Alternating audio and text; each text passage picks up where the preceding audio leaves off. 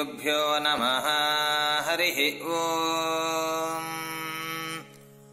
अथ यजुर्वेदीयपुरुषसूक्तम्। ॐ सहस्रशीर्षा पुरुषः सहस्राक्षः सहस्रपात् स भूमिम् विश्वतो वृत्वा अत्यतिष्ठद्दशाङ्गुलम् पुरुष एवेदगुं सर्वम् यद्भूतं यच्च भव्यम् उतामृतत्वस्येषानः यदन्नेनातिरोहति एतावानस्य महिमा हतो ज्यायागश्च पूरुषः पादोऽस्य विश्वाभूतानि त्रिपादस्यामृतम् दिवि त्रिपादोर्ध्व उतैत्पुरुषः पादोऽस्येह भवात् पुनः ततो विश्वम् व्यक्रामत् शासनानशने अभि तस्माद्विराडजायत विराजो अधिपूरुषः स जातो अत्यरिच्यत पश्चाद्भूमिमथो पुरः यत्पुरुषेण हविषा देवा यज्ञमतन्वत वसन्तो अस्यासीदाज्यम् ग्रीष्म इद्मः शरद्धविः सप्तास्यासन् परिधजः त्रिसप्त समिधः कृताः देवा यज्ञन्तन्वानाः अबध्नन् पुरुषम् पशुम्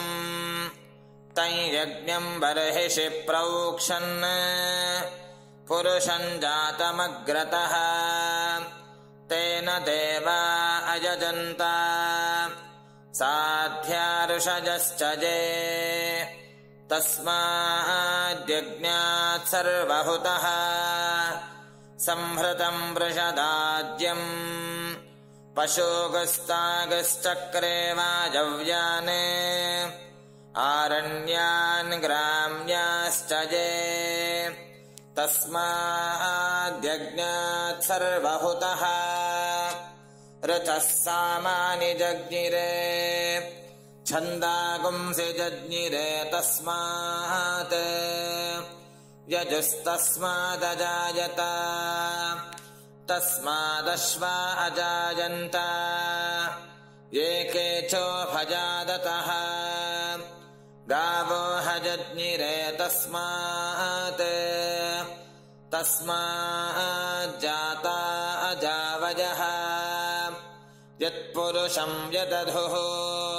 कतिधा व्यकल्पयन् मुखम् किमस्य कौ बाहु कावूरूपादावुच्येते ब्राह्मणोऽस्य मुखमासीत् बाहुराजन्यः कृतः ऊरू तदस्य यद्वैश्यः पद्भ्यागुं शूद्रो अजायत चन्द्रमा मनसो जातः चक्षुः सूर्यो अजायत मुखादिन्द्रश्चाग्निश्च प्राणाद्वायुरजायत नाभ्या आसीदन्तरिक्षम् शीर्ष्णोऽद्यौः समवर्तत पद्भ्याम् भूमिरदिशश्रोत्रात् तथा लोकागुम् अकल्पयन् वेदाहमेतम् पुरुषम् महान्तम् आदित्यवर्णम् तमसस्तु पारे सर्वाणि रूपाणि विचित्य धीरः नामानि कृत्वाभिवदन्यतास्ते धाता पुरस्ताद्यमुदा जहार शक्रः प्रविद्वान् प्रदिशश्च तस्रः तमेवम् विद्वानमृत इह भवति नान्यः पन्था अजनाय विद्यते यज्ञेन यज्ञमयजन्त देवाः तानि धर्माणि प्रथमान्यासन्